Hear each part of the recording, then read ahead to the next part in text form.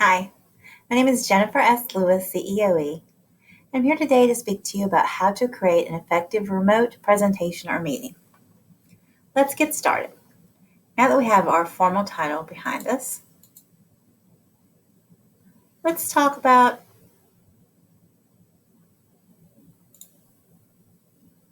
what really is the goal of this presentation. How you can experience less stress when presenting remotely. That is our goal, to provide you the tools to do so. So let's get started and figure out exactly how we're going to achieve that aim. First and foremost, we'll have 3 overall objectives. We're going to understand the challenges to effective remote presentation.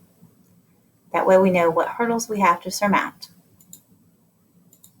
We're going to learn to restructure our content, and then we're going to use different content type and engagement approaches.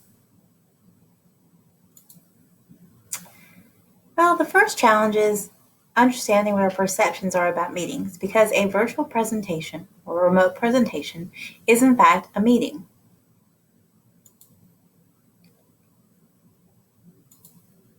So our perceptions of meeting are not necessarily positive.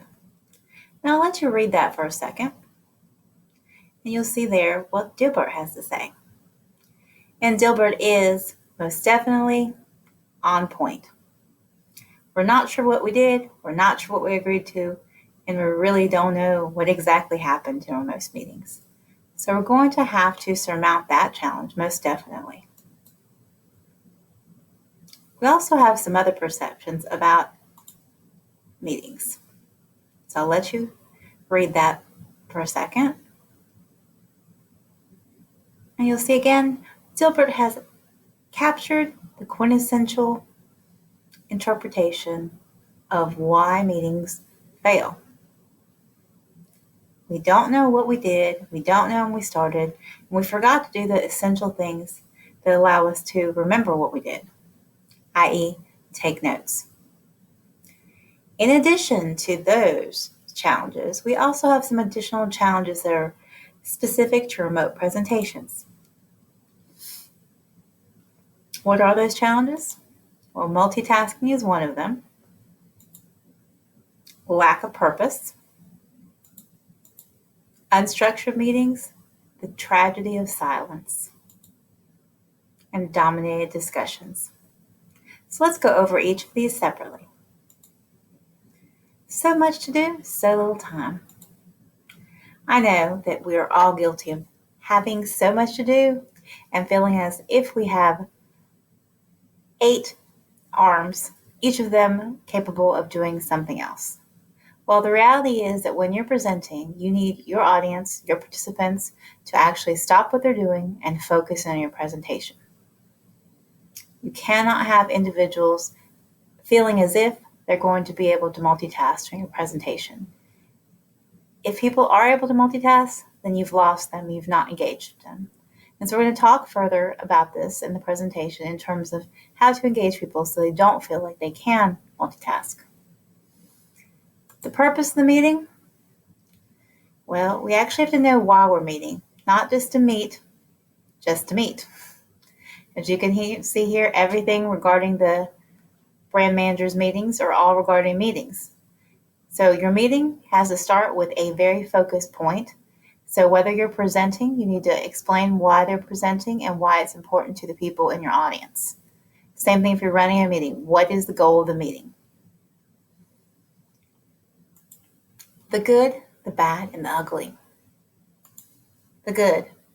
Here you see a facilitator who has got his audience actually paying attention.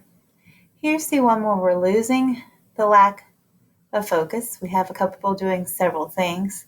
And then finally, the ugly. Everyone is absolutely given up and the facilitator has lost control of the meeting.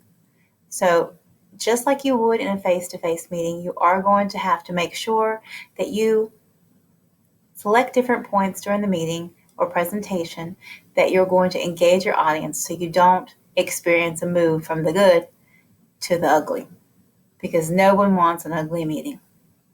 We don't want to fall victim to those negative stereotypes. Here's another one, the awkward silence. I know you've experienced this. This typically happens when people go, "Does anyone have a question?" And then all of a sudden, no one does.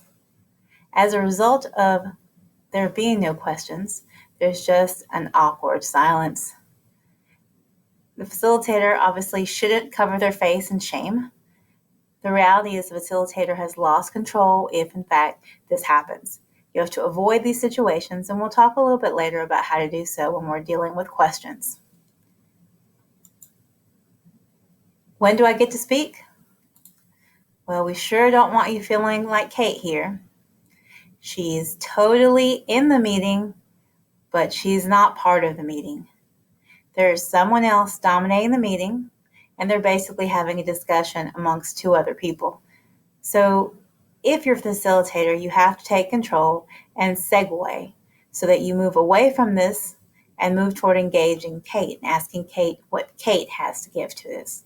Again, we only benefit, whether it be a remote presentation or actual meeting with an agenda of that type, if all of us are engaged and all of us provide feedback in some form. It can't just be a one-pony show. So let's talk about how we're going to restructure things to avoid these types of situations and to surmount these challenges. So first, we're looking at the meeting content and restructuring it. So introductions. Typically in the presentation, I would actually have introduced myself and told you why you should listen to me about remote presentations. But the reality is that we are not going to do that. Instead, I'm going to give you and you and you and you and you a chance, 30 seconds, to tell me your name, your title, and one fun or memorable thing about you. We all need to get to know each other. We all need to be on the same page. And we all need to know if I have something in common with Tom or Sue or Jane, because then we'll feel like a community, like we're working together, and like we're working as a team toward a common goal, whatever that may be. If you have groups that are larger than 10, you will want to do that in the chat feature. Questions. No, we're not going to do that perennial question and slide at the end. This is 2020, and we can't do that anymore. That is how you avoid the awkward silence, by not having that be the only method for questions. Instead, what I suggest is that you actually have open and closed-ended questions. So open-ended questions being something that you can't answer with a yes or no. So I might ask you, tell me about a topic on which you would like to present, and let's talk about why you haven't done that yet. Or I might do a closed-ended question. On a scale from 1 to 10, how interested are you in presenting remotely in the next month? So you're going to allow questions, and you're going to allow them every couple of slides, or at the most every 10 minutes, depending on how long your presentation is. This is going to drive engagement, and it's going to avoid going from the good to the ugly, because we don't want to have the ugly. We have lost control if we get to the ugly. Icebreaker. I love icebreakers because, well, they're fun. Who doesn't love icebreakers? Let's be honest, right? So I'm going to give you a couple examples, but I challenge you to email me some more, because you can never know enough icebreakers. And you kind of have to read your room and see what your other participants might be interested in. If you know them, it's better. If not, it might be where you have a list of various icebreakers and you select them based on getting to know a little bit more about your participants as a result of the introductions or some of the questions. Remember, you're gathering information to basically retool this presentation so it speaks to your audience. Because again, you're trying to get these participants to pay attention, to get something out of it. And that means you have to be talking about what they're interested in. You have to be able to pivot. One of the things that I saw that I thought was hilarious, you know how in the Zoom we have the box and the box and the box, kind of like the Brady Bunch, the Brady Bunch. Well, just like Alice and Mike looked at each other, and Mike and Carol looked at each other, etc., we all look at the people next to us. It's just human nature. So why not take advantage of that, capitalize on that, and have me draw the person to the right of me and then show the picture. I don't know that person, and I probably am not a good drawer. So if nothing else, we're going to have a couple of laughs, and we might highlight different things that we see, like someone's logo, and that's always interesting to see what, from another person's perspective, jumps out at them. We also could do something where we pick something off our desk. So I might pick up my keys, and I might show you this lanyard. And you might ask me, what is Gate One? Well, Gate One is actually a tour company. And Gate One is a tour company that recently helped me to travel to Lima, Peru, which is the home of my ancestors, but had not been there in 30 years. So actually almost 40 years, 38 years. So as a result of that, I went with this tour company and I had the best time. If you actually are interested in going to Lima, I definitely recommend Gate One. You will have a great time. And we did go to Machu Picchu, and I made it up. So you do not have to be in great shape to get to Machu Picchu. Not at all. Just go slow and buy a walking stick or two. But that tells you a little bit about me, what I like, what's important to me, what is in my surroundings. And so you got to know a little bit more about me through that little bit of information or story, which we'll talk about later. Some people also recommend having meditation or deep breathing. And if that is what you're interested in doing, just go to YouTube and learn a little bit about it, and you'll be able to quickly facilitate maybe a minute or two. And what would make sense to me is using that as a way to kind of get everyone de-stressed before we start the meeting. So next we're going to talk about our perceptions about remote meetings. And here's another little cartoon. And you see here that we've got tech issues, we've got etiquette problems or organization problems. And all those things are things we have to deal with. So let's talk about how we're going to head off those technical troubles and address organization. So the first thing I'm going to say is don't use Wi-Fi. Plug your Ethernet in. Why? You need all the resources possible. To run video and audio, it takes a lot of memory on your computer. So rather than use the Wi-Fi, which is not the best signal, you're going to plug directly into the cable. It looks like a telephone cord, and that will give you the maximum ability to connect. I'm also going to recommend purchasing an external microphone. We do not have one here in our office available or readily available, but you can get one really cheaply, maybe $10-15, and then just keep it there. And that will allow you to cut out background noise. Organization. I also want to talk about how the meeting needs to be organized and how you need to communicate that. So when we first get to the meeting, we need to have some expectations. That means we're going to have the agenda ahead of time and maybe even the PowerPoint sent out ahead of time. You're going to provide some semblance of an understanding of what we're going to achieve. And then the meeting is really a way for us to discuss it. So when I present, typically you already have some expectations. You have the description of the course from NAIOP. If you have a meeting, again, it would be an agenda. And then you're going to also establish group rules. So if I was presenting live, I would have told you, if you have a question, raise your hand. And you have a little digital hand that you could raise. If you have technical issues, put those in the chat. If you need me to slow down, send me a separate message, a chat message. And you want to make sure that you mentioned that the chat is open and that you can communicate with me through the chat and that someone is monitoring it. You're also going to want to make sure, like in any meeting, that if there's any kind of votes or any type of decisions, that you make sure you memorialize those. Another thing from a technical standpoint that I do want to address is websites. If your presentation includes any websites, do not have those to click on the link. Instead, go ahead and open them and pause the YouTube video. We all do not want to watch the commercials in the YouTube video. I want to watch the YouTube video commercials even less than I want to watch all the commercials on the Justice Channel. And if you have the Justice Channel on the antenna, you know what I mean. If I have to watch Angie Harmon talk about Norton 360 one more time, or Jay Leno tell me about how he just purchases services from all the people that are smarter than him, I am going to go crazy. That is something that's what you get when you don't pay for cable. And remember, you're going to want to remain calm and in control through the meeting. This is a dialogue. We're all on the same page. We all want to achieve the same goal.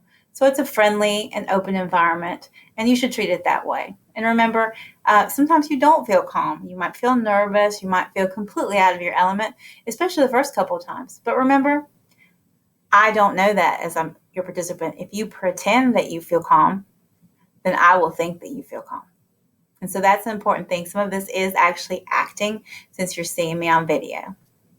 And then close the meeting with an exciting achievement. What did we achieve? We want to go out of the meeting with a oomph moment. Wow, we did it moment. Go team. And that's the kind of positive outlook that we don't usually see in meetings. At the end, you can't just all wonder what happened. That is exactly falling into that negative perception of meetings. And again, the virtual presentation is a meeting of sorts. So, lights, camera, action. This is a presentation that we are recording or viewing live, as the case may be. And here, the former rather than the latter. But there's some things that we need to talk about that are specific to this medium. So neutral clothing. We don't want anything super busy. I don't want to wear my Madonna clothing in bright neon yellow and my little bangles here. We don't all need to know that I like that or that I did wear that in the 80s. Let's not do that. Just something neutral and professional. You also want to have the proper angle. So you see here that I'm trying to keep it so you see me right there and I'm looking at you in the camera. And that's the difficult thing because my picture is actually on a different screen. So that can be distracting and you have to focus on not looking over there. So again, proper angle. You also need adequate light. And we'll talk about that in a second. I'll show you some examples of inadequate light. Eye level and some eye contact. And the more that you need to emphasize something, the more that you want to look in the camera and let me know how important it is that I have eye contact. The background here, you are seeing some things, and I'm trying to avoid you seeing some things. So you see right there, there's some busy things I want to not let you see. This particular program I'm using to record this does not have a virtual background, but Zoom and Teams do, and some of the other applications. So if you can add a virtual background, just don't make it super busy. Probably don't need to be Hawaii. It could be maybe a picture that you download from the internet of something plain without any things on the wall, etc., or any lopsided things on the wall, which I just noticed. And also act natural. This is a dialogue, a conversation amongst people who all are interested in a particular topic. So you don't have to act weird. You don't have to put on pretense or speak in British.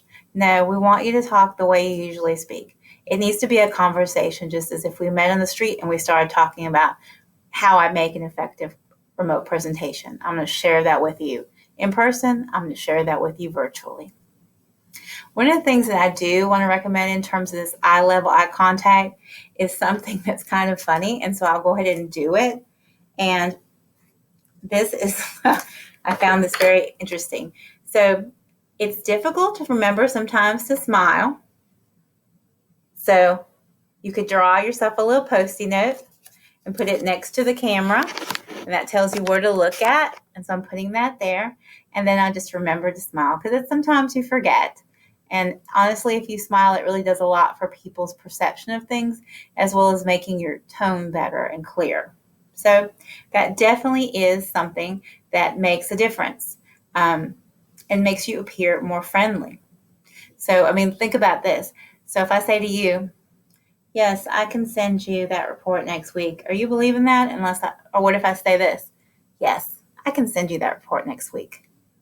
Which one makes more of an impact? Obviously the latter. So that really is the difference between eye contact and not eye contact. People look kind of fishy if they don't give you eye contact, like they have something to hide. And we don't have anything to hide here. In fact, we're trying to share more with you. So we talked a little bit about bad lighting. So this is one of the reasons you really just sometimes cannot really do things at your own home. So I was trying to actually record this again at my home because I did practice several times before we had this final recording. And you see here that I've got some backlight, and so as a result I've got too much backlight, and so you can barely see me.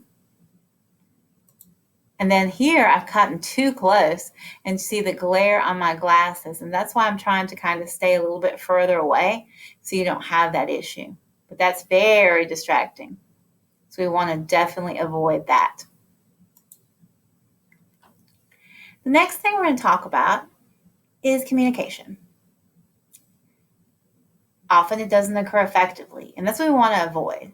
So as you've noticed, I don't have a lot of words on these slides. I'm actually using the notes feature, and we'll talk about that a little bit later.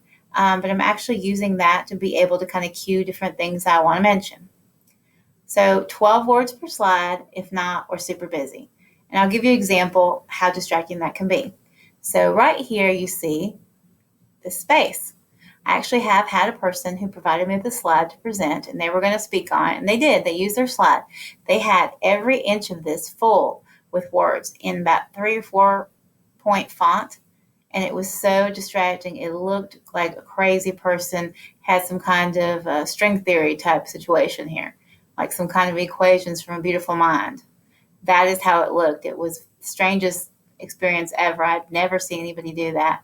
But this person was so worried about forgetting something, they felt if they just put everything like verbal diarrhea on the slide, it would be okay. And it's not. It's very distracting to the rest of us. Again, practice so that you don't need to do that. Weekend language. Talked about not putting on pretense or false airs. Well, you also don't want to use your $10 words during a presentation. I want everyone to understand what I'm saying. So I don't need to talk about things like obfuscating. And that's not even the hardest word. There's words that I like to think I know a lot of words, do not know. I recently went to a meeting where a court reporter was transcribing a meeting. She was typing, and you could see every time she got to one of those words, because there was a lot of professors in the meeting, and they were purposely using these words, and she couldn't even spell them at the end. She said, "That is crazy. I don't even know what that means." And I said, honestly, there was a couple there I didn't know. And that's really not an effective way to communicate. Let's use our weekend language. Remember, we're amongst friends, and let's talk like we naturally would rather than when we're trying to impress people. And again, we want to vary our tone. One of the things that actually was recommended is that we stand, and the only problem with doing that in this particular presentation is I would need a podium up much higher so that I could stand without it being at a level with my eyes. But varying tone is one of the things that is also suggested. When you're standing, it's much easier to vary your tone because your diaphragm is open. So when you're sitting, you're going to have to make a very concerted effort. So don't always talk in a monotone because it's boring. So let's have some excitement and let's vary our tone. Don't always be excited because that's overwhelming. No one wants to be super duper happy at 8 o'clock in the morning. Well, let me be honest. I'm not a morning person. I guess the morning people would like to be super duper happy. I would like to be mellow at 8 o'clock in the morning. But, to each their own. Again, just vary your tone, because if you speak at the same cadence and at the same volume all the time, then we will fall asleep. Specificity. Make sure that you are specific when you talk about people. You want to reference Stephanie and have Stephanie introduce herself and mention her name when she's giving questions so we can all get to know each other. And again, we want to also be sure that we are natural. And so one of the things I naturally do is make gestures and move a little bit. So you'll see me do that in the presentation. We're not trying to make you into a robot, where we don't move and everything is in some weird fashion. We're trying to make it as natural as possible. And that means do what you naturally do. I use my hands a lot. To some people that's distracting, to some people it's not. And you can't really see it as much in this presentation because I'm not standing. But I often do use my hands to emphasize things and gesture. That's just me. And we also want to be respectful of the time. Everyone is here. We have a limited amount of time to get a lot covered. So let's get it covered and don't waste time going off on tangents. Names, again, we want to emphasize, we want to use people's names and ask them to reference their names when they're asking a question or providing a comment or insight. That way we kind of get to know each other, reiterate it. And if you're like me, it takes several times of actually hearing a person's name to get their face and their name. I'm good with faces, terrible with names. Terrible, terrible, terrible. I could send you 10 emails and I still don't know what your name is. I'll sit there and I'll think it was a funny name, or it was an old name, or it was a short name, but I won't exactly know what your name is. And it might take me like an hour to figure out what it is. So for those of us that don't recall, it will take several repetitions. So let people know that they should repeat their names throughout the times that they're engaging in the presentation. Brevity, again, you want to respect people's time and be short. And always remember to thank people, especially at the end. You want to thank them for their time and for the opportunity to present. Tech tips. Presenter view. So in PowerPoint, we have something called presenter view. And if you go in there, you'll see that on the left-hand side in presenter view, you see your current slide. On the right, you see the slide that's coming. And then underneath that, you'll see all the notes. So that lets you be able to really know what direction you're driving the presentation. It also makes it easier if you're trying to pivot, which we talked about earlier. And by that, I mean, you might want to get insight from your audience, and we'll talk about how you'll do that. But you'll get this insight and then decide that you want to focus on one specific area of the entire presentation. And we'll talk about what we can do to make sure we have enough content for that later. If you don't have PowerPoint, you don't have presenter view, one person did mention they had sticky notes that said, these are the slides. They had them like on a corkboard behind them or on their computer. I think that's possible, but it'd be difficult. You just have to make sure you have all that organized and no sticky notes fall off. You might want to use like tacks, because I would be afraid that a sticky note would fall somewhere and then you'd be completely confused as to what's next. Reward attendance. People want to know that what they invested their time in is valued. They want to chronicle their efforts. So provide them with a certificate of attendance or a digital badge if you're interested in doing that. You can definitely Google that and find out how to do that. Technical time. So technical time is the time the meeting starts 15 minutes earlier. You as the presenter get there and you make sure you don't have any technical issues. You make sure you've changed from Wi-Fi to Ethernet cord. You make sure you have your microphone working. You make sure the PowerPoint loads. All those things are taken care of. And you may ask your attendees to come about 10 or 8 minutes early. That way they can do the same thing. And that will be your technical time to address issues so there's no interruption of your presentation. Erratic sound issues. Know where it stop, sound. You know what I'm saying? Well, that can happen a lot. And that's because we're using a lot of resources here. We're using video, we're using audio. So if it becomes that situation, make sure your presenter and your participants know to turn off their camera and just allow the audio to run. It's better for them to hear the information than to see it and not be able to hear it, because if it breaks up like that, then they're not going to know what exactly you said. Keep participants on mute. We do not need to hear someone's boss came in and started to have a side conversation with them about what needs to be done this afternoon. So keep the participants on mute and watch that they don't actually unmute themselves, because that can also happen. And then you also want to make sure, and this is just a general overall tip to the presentation, that at some point, ideally at the very end, you want to call them to action. Let your participants know what they should do next steps. How can they move forward from this point with the information you provide them? We talked about not introducing ourselves as the presenter and giving a lot of time to that. So instead of doing that, what I recommend is creating a Google site with a presenter's information and resources. So I've done that here. I'm just going to take a second to show you the presenter site that I have up. And so this is the presenter site for a different presentation I did. And you'll see there that I have Beverly, myself, and Ken, and we have our information, how to email us, a little blurb, our references, and an outline. So you can definitely do that pretty easily. And I'll be doing a future tech tip on how to exactly to do that. So stay tuned for that, for a Tuesday tip on that.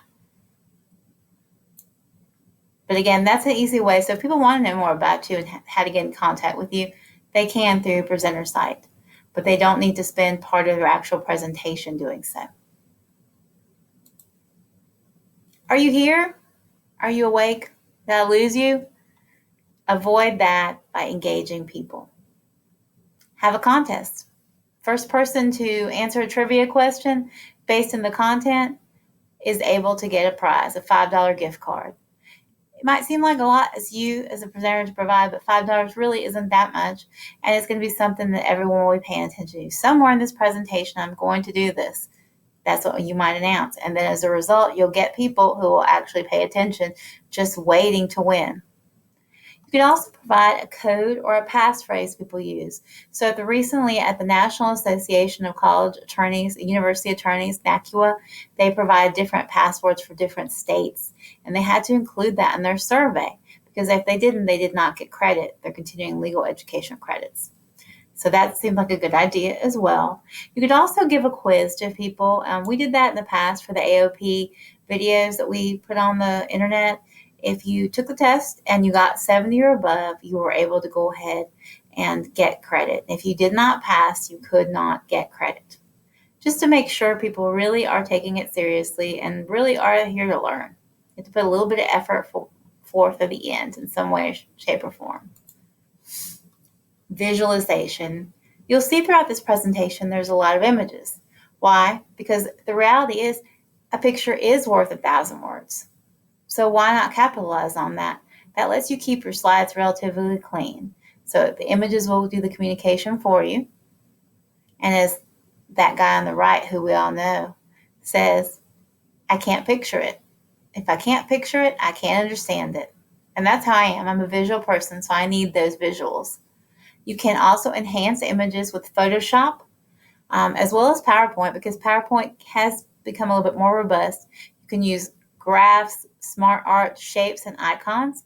I'm going to show you really quickly an example of some things that you can do.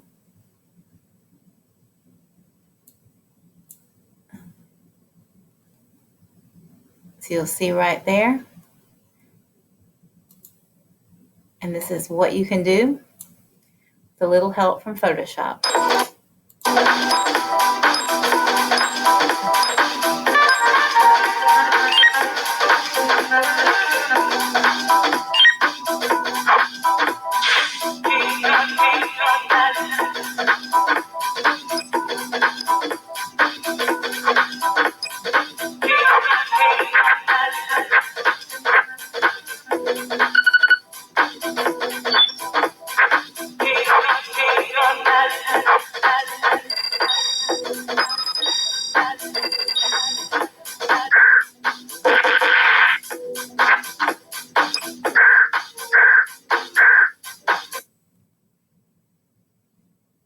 And as that illustrates, there's a lot you can do both with sound, PowerPoint, and Photoshop. And at the end of the presentation, you'll see there's some resources there in terms of learning some more about Photoshop, because Photoshop is very interesting what you can do with it. You can really make some images pop that would possibly be boring. You can really do the contrast and change things so they really pop.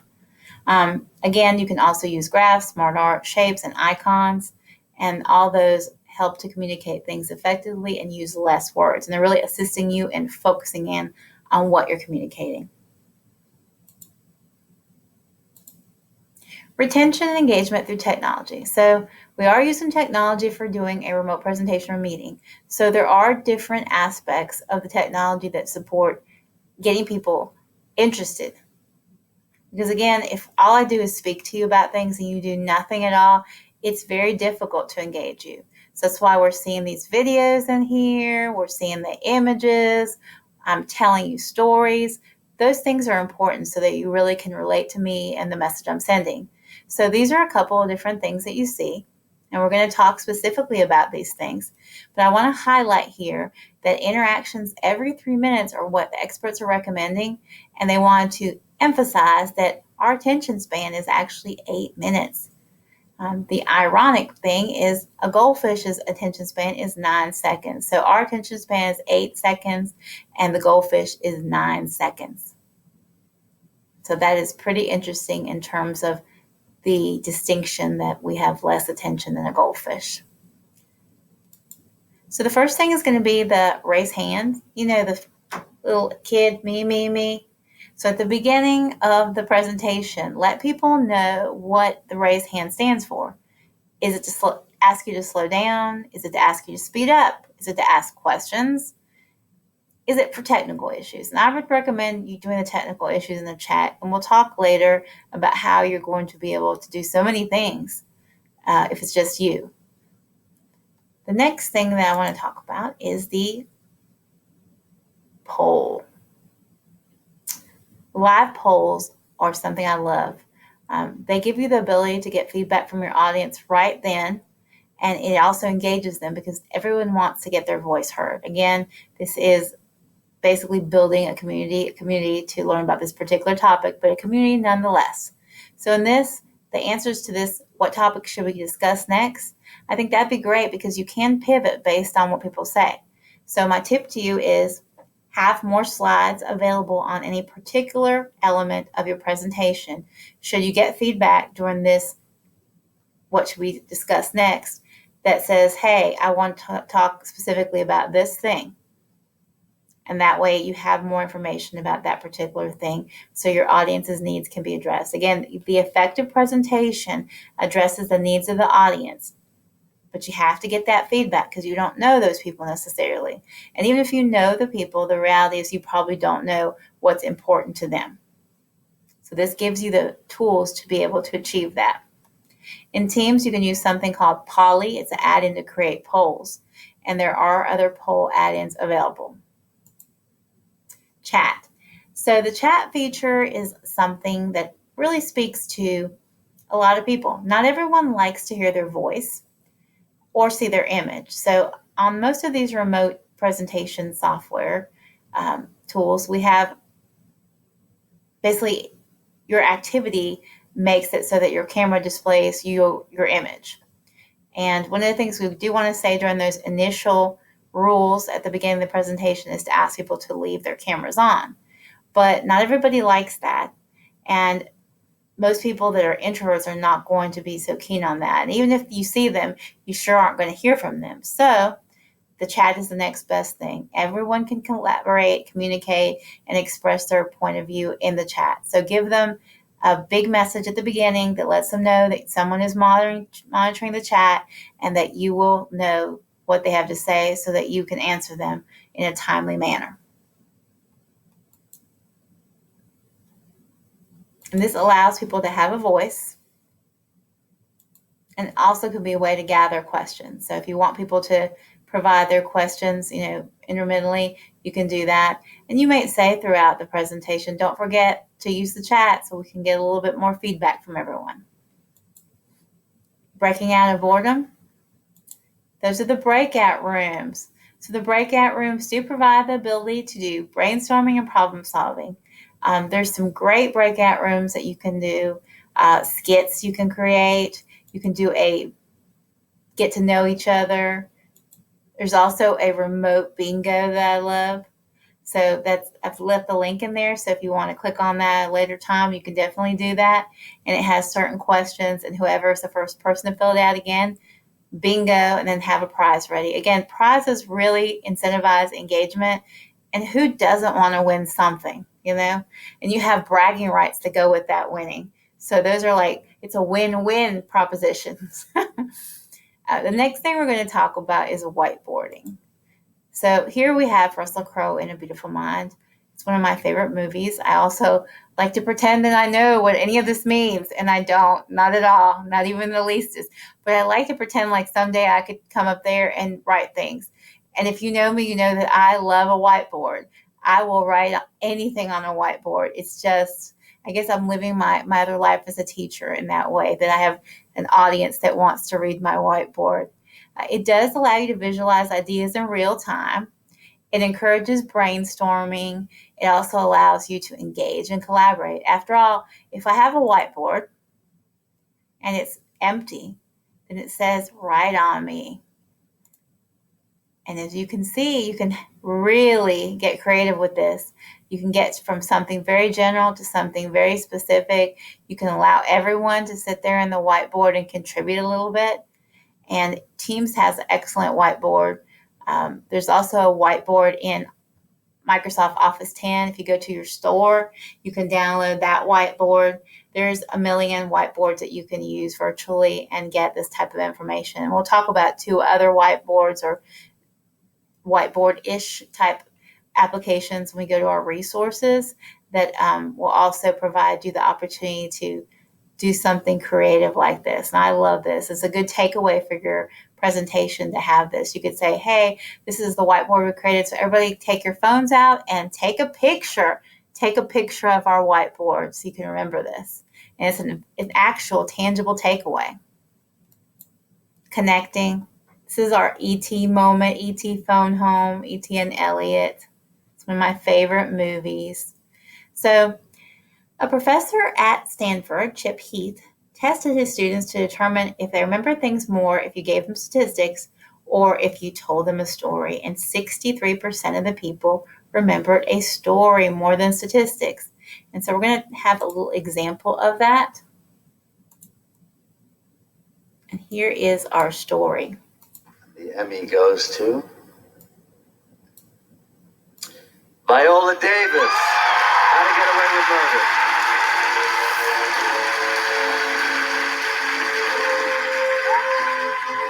This is the first Emmy win and nomination for Viola Davis, who is a graduate of Juilliard.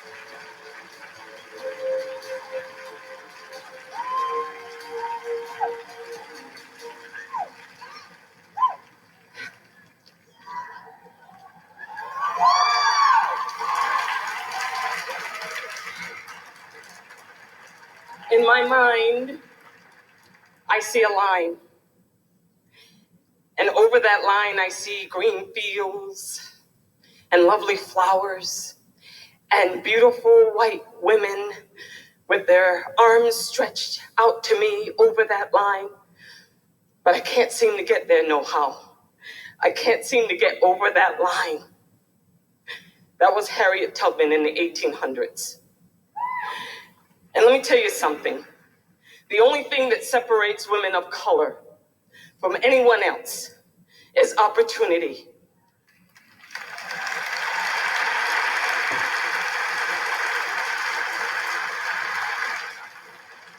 You cannot win an Emmy for roles that are simply not there. So here's to all the writers, the awesome people that are Ben Sherwood, Paul Lee, Peter Nowak, Shonda Rhimes, people who have redefined what it means to be beautiful, to be sexy, to be a leading woman, to be Black. And to the Taraji P. Hensons, the Kerry Washingtons, the Halle Berrys, the Nicole Beharies, the Megan Goods, to Gabrielle Union, thank you for taking us over that line. Thank you for the Television Academy. Thank you. So that was an example of an interesting story. You probably had never heard that. I most definitely didn't hear that before in terms of a story. And so that's creative to include a story in there, whether you tell it or have someone else tell it. They're very inspiring stories. And sometimes they can be quite eye-opening. One of the stories in one of the example videos from a person speaking about effective remote presentation was actually a video of some rock stars. And when they're getting on stage, they pulled off their pants and were in their boxer shorts. And then they explained that they had promised themselves that when they got famous, they would go on stage and accept their award the way they were when they were not famous, in their boxer shorts watching the awards. So that was very, very interesting. Relatability. You have to relate to your audience. You have to become personal with them. And that kind of also does relate to the storytelling in terms of personal stories about your life. Tend to evoke things in your audience, commonality. They're able to see why they should listen to you based on your own experiences. So that's certainly important. And you want to show your humanity and build a connection. And you can definitely do that by storytelling or just how you focus on things. You might ask the audience what they expect to get, what's in it for me. Everyone wants to get something out of the presentation. So we want to talk about what's in it for me. And that might be an excellent poll question. What's in it for me? And give some options. We also want to make sure that if we are demonstrating software or programs, we actually do that and don't use still images or clips, because people like to see other people actually doing what they themselves are going to have to do. And I've had people, when I've given a presentation, say, thanks, because now I can follow along and do this. And I'll do it a couple of times and I'll know how to do it. And that's really the goal of these presentations, to give you the tools so that you can be the next person presenting. You also want to, again, and I can't say this enough, you want to engage people. I want you to know that I'm talking to you, that I, Jennifer, I'm talking to you, Janet. And make sure that you mention people's names. There's a connection to be established, and that's probably one of the best ways, other than eye contact, of doing that. And be lively and fill up the frame. So I don't want to be way back here. I want to kind of be right here, front and center, and talking to you. And I want you to see that this is important to me, and then I know it's important to you, and I want you to gain something from it. And you also could stand up and whiteboard things. You could definitely do that. Again, this situation doesn't lend itself to it, and I would recommend a podium for that or a video camera. There's actually some podcasting equipment that I've thought about getting where it has a little tripod and everything, but you have to special order that sometimes. Dialogue. You want to have a conversation with your audience. I want to know what you think. So this isn't about me. This is how I can help you. What other information or what other tips do you need for I can help you?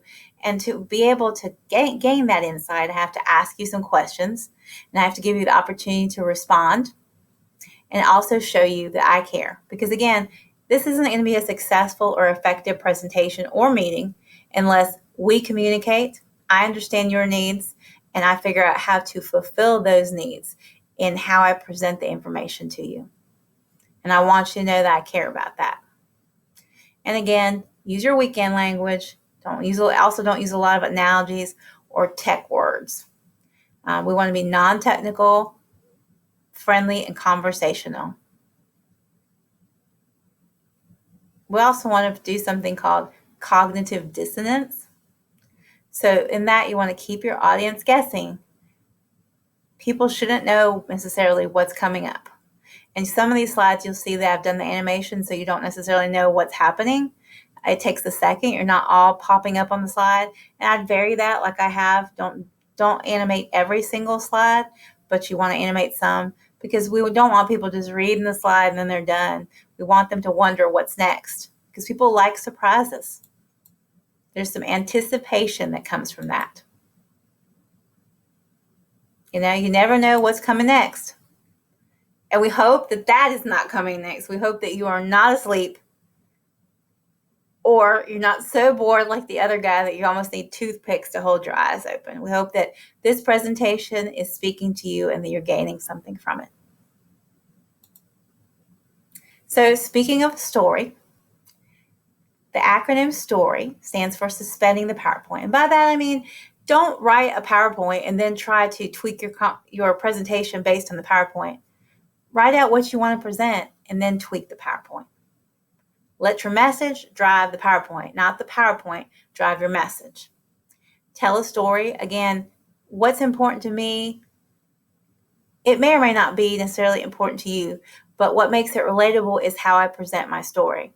So if we were talking about presentations, I might say, you might think that this is me as an extrovert and I love to present because I'm an extrovert and I enjoy having people listen to me. There's just nothing better than having a stage. All the world's a stage, No, that is not it at all. I'm actually a horrible introvert. If I could hide in a little hidey hole, COVID was not bad for me. I was good working at home. I miss working remotely. I could shelter in place 365 days a year. If I see people or don't see people, I'm good. I've got the computer, I've got my dogs. I really don't need to leave my home very often. And if things can be brought to me, then I'm never leaving. But I'm presenting to you because this is one of my goals, to surmount one of my fears, which is being an extrovert, because my natural inclination is to be, internal.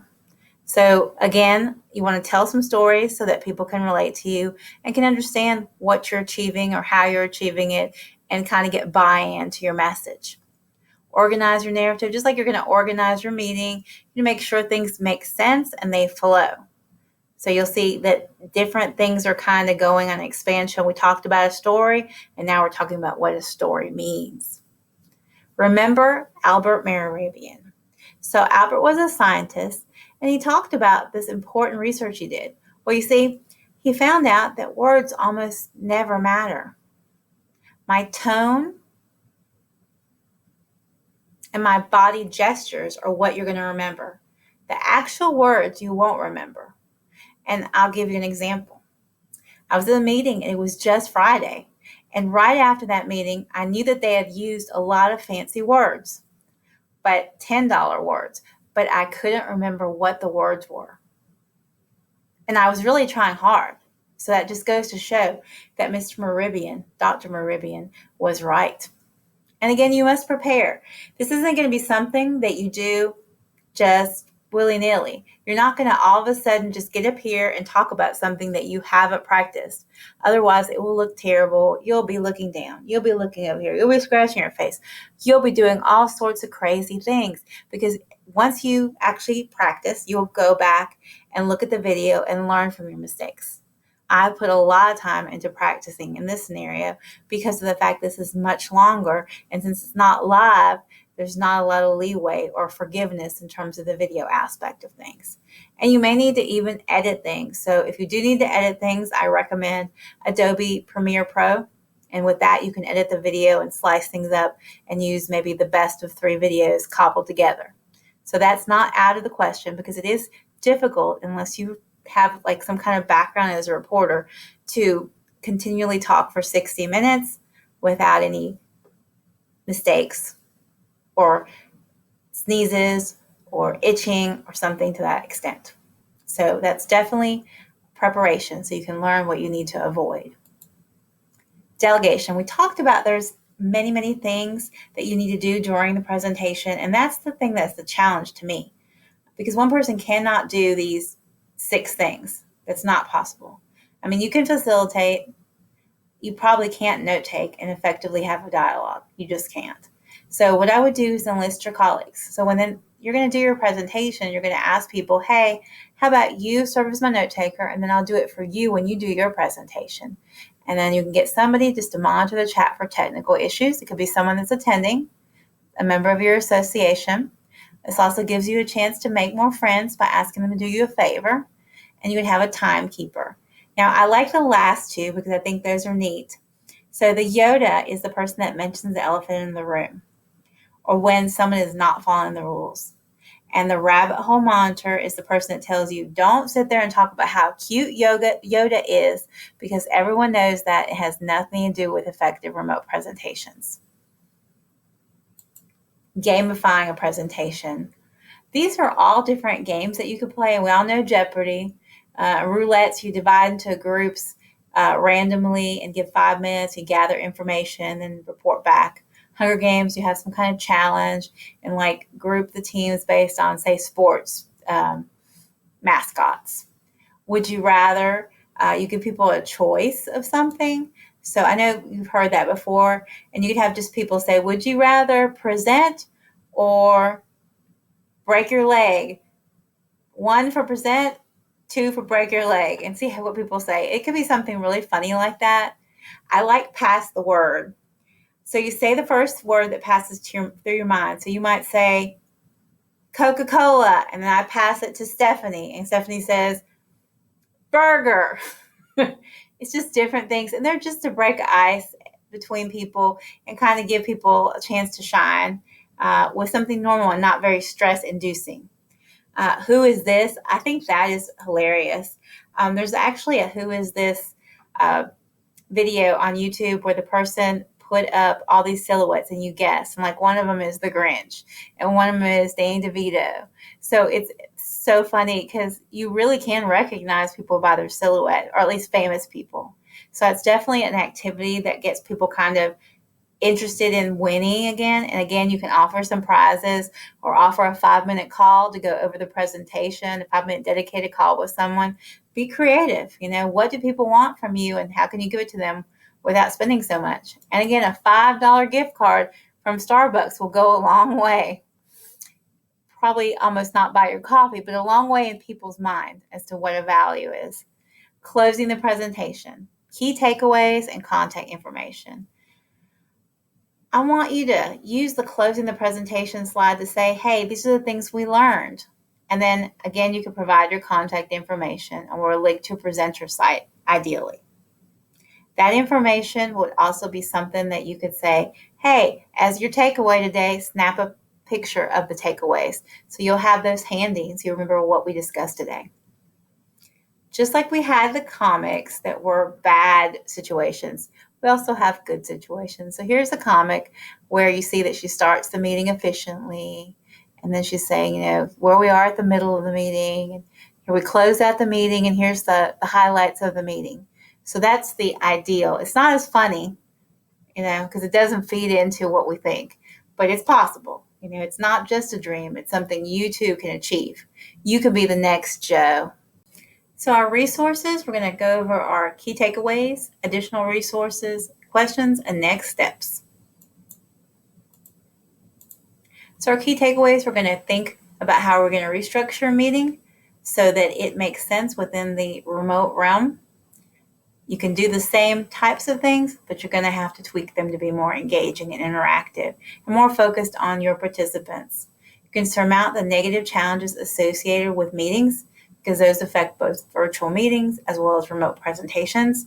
And we're going to use technology, and that includes audio, video, images, comics, anything that can make things interesting. We definitely want to incorporate into our presentation. We do have a lot of additional resources. I did mention Photoshop and getting those alluring images. So any of these are beginning tutorials on Photoshop. Presentation tips, again, beginning information on presentations. And there's actually a whole book called So You Want to Host a Web Meeting. That's definitely something that you should look at as a facilitator. We also have a couple of technology tools.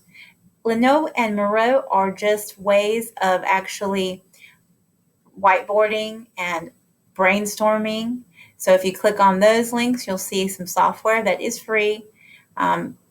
It is very useful because especially the Miro had a lot of different ways of thinking about information, and explains how to use it. Mind mapping and the word clouds and, reverse mind mapping, all sorts of interesting things. So I definitely recommend that because that's also a way that you might be able to incorporate into your other whiteboard if you would like, if you don't want to use these. But you can also use these as whiteboards or ways to take notes. And then there's SlideDog. It actually has more of like a Prezi feel if you've used that before, without all that movement that makes you kind of motion sick. It has a way to incorporate PowerPoints, PDFs, and videos into one actual. It almost becomes like a video of sorts, but it's very interesting. And you can use the trial version. I think it's $99 for the full version, but it would definitely be worth it if you find that you enjoy that way of presenting. And again, you do need to control your meeting. Make sure you know where you're driving your audience. And so the meeting plan template's there, and it kind of gives you an idea of how to direct things. And that applies just as well to the remote presentation. A bit more, so you can email me. I'd love to hear from you about the presentation as well as your experiences with remote presentations, or if you'd like to collaborate. I did mention that I'm willing to collaborate with folks. If you would like me to serve as your timekeeper, note taker, help you develop your presentation, shoot me an email. Again, you can look at my presenter site, and I have my presenter site handy here. So I'm going to pull it up so you can see it real quickly. And there's my presenter site. You can email me. You can read information about me there. You can get my CV. You can also check out my NAIOP presentations. And that's just like my presenting information. And then we're almost done, folks, almost. I want you to be thinking about what presentation you're going to collaborate on creating with a colleague, and then be ready to schedule a remote presentation, because keep calm, practice makes perfect. And so that's the best way that you can get good at remote presentations, is by actually conducting a remote presentation. And I know right now it might seem like you can't do it, but I had to do it. You can do it! Because, hey, Rob Schneider says you can do it too. And then last but not least, here are my references. I love that movie. The Water Boy. Great movie. And as you can see, I've done a lot of research, so feel free to use that. There's a lot of information there, and I look forward to hearing from you regarding how effective this presentation was, as well as if I can help you in the future.